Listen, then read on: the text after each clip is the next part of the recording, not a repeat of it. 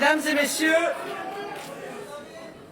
un grand vent de liberté aurait pu se lever sur le pays. Le sort des urnes, que je respecte, en a voulu autrement. En dépit de 2 semaines de méthodes déloyales, brutales et violentes, similaires à celles que subissent au quotidien les Français, les idées que nous représentons arrivent à des sommets un soir de second tour d'élection présidentielle. Avec plus de 43% des voix, le résultat de ce soir représente en lui-même une éclatante victoire.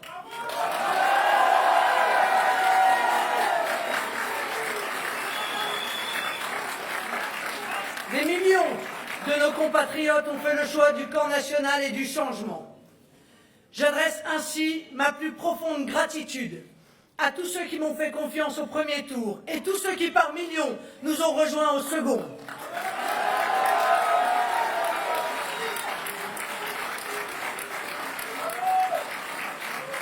Mes remerciements vont tout particulièrement à nos compatriotes des provinces et des campagnes, mais également d'outre-mer, qui m'ont largement placé en tête du second tour avec une force extraordinaire qui m'honore et me touche sincèrement. Cette France trop oubliée, nous ne l'oublions pas. Déterminés, nous le sommes plus que jamais, et notre volonté de défendre les Français est encore renforcée. Je n'ai aujourd'hui aucun ressentiment ni rancœur. Enterrés, nous l'avons été 1000 fois, et 1000 fois l'histoire a donné tort à ceux qui prévoyaient ou espéraient notre disparition. Dans cette défaite, je ne peux m'empêcher de sentir une forme d'espérance. Ce résultat constitue pour nos dirigeants français comme pour les dirigeants européens le témoignage d'une grande défiance du peuple français à leur égard qu'ils ne peuvent ignorer et celui de l'aspiration largement partagée d'un grand changement. Les Français manifestent ce soir le souhait d'un contre-pouvoir fort à celui d'Emmanuel Macron, d'une opposition qui va continuer à les défendre et à les protéger face au délitement de leur pouvoir d'achat, face aux atteintes aux libertés, face à la remise en cause de nos services publics et de notre système social, face au recul promis par Emmanuel Macron de l'âge de la retraite, face à l'insécurité, à l'immigration anarchique et au laxisme judiciaire.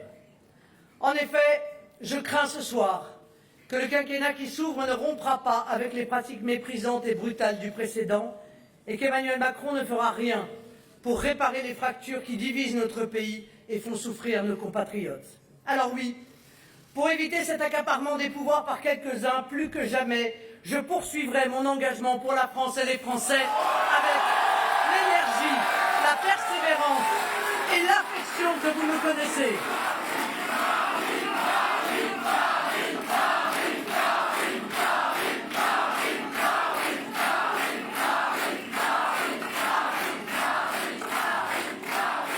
À l'issue de cette séquence présidentielle, une grande recomposition politique se fait jour dans le pays, avec l'effacement des partis autrefois dominants et l'affirmation face aux élites autoproclamées d'Emmanuel Macron du courant national comme véritable opposition.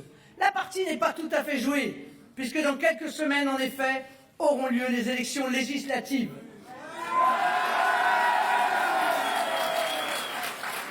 Avec le mode de scrutin législatif qui renforce les tendances politiques et, on le sait, fausse la représentativité parlementaire, le risque de voir Emmanuel Macron s'emparer de manière mécanique de tous les pouvoirs exécutifs et législatifs est élevé. C'est une perspective qu'aucun patriote, qu'aucun démocrate ne peut accepter, tant le projet d'Emmanuel Macron sur le régalien ou le social reste clivant et pour la France destructeur.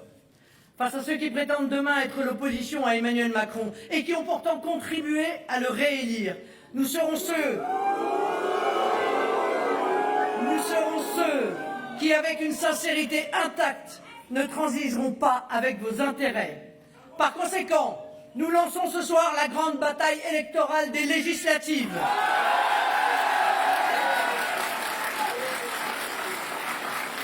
Je mènerai cette bataille aux côtés de Jordan Bardella, avec tous ceux qui ont eu le courage de s'opposer à Emmanuel Macron au second tour, bref, avec tous ceux qui ont la nation chevillée au corps.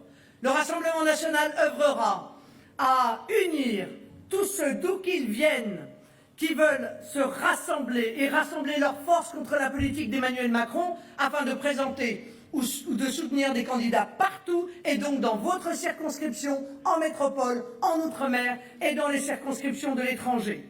Je vous invite d'ores et déjà à les appuyer de toutes vos forces et dès le 12 juin à voter pour eux. Rappelez-vous, mes amis, qu'il n'y a pas de fatalité quand les Français déjouent les pronostics, continuent de garder espoir et nous donnent les moyens de les défendre. Le score historique de ce soir place notre camp dans d'excellentes dispositions pour obtenir un grand nombre de députés en juin prochain. La passion de l'avenir qui nous anime, nous voulons la mettre au service de la plus belle ambition qui soit, de la seule ambition qui vaille et que je suis sûr vous partagez avec nous, la France. Ce soir,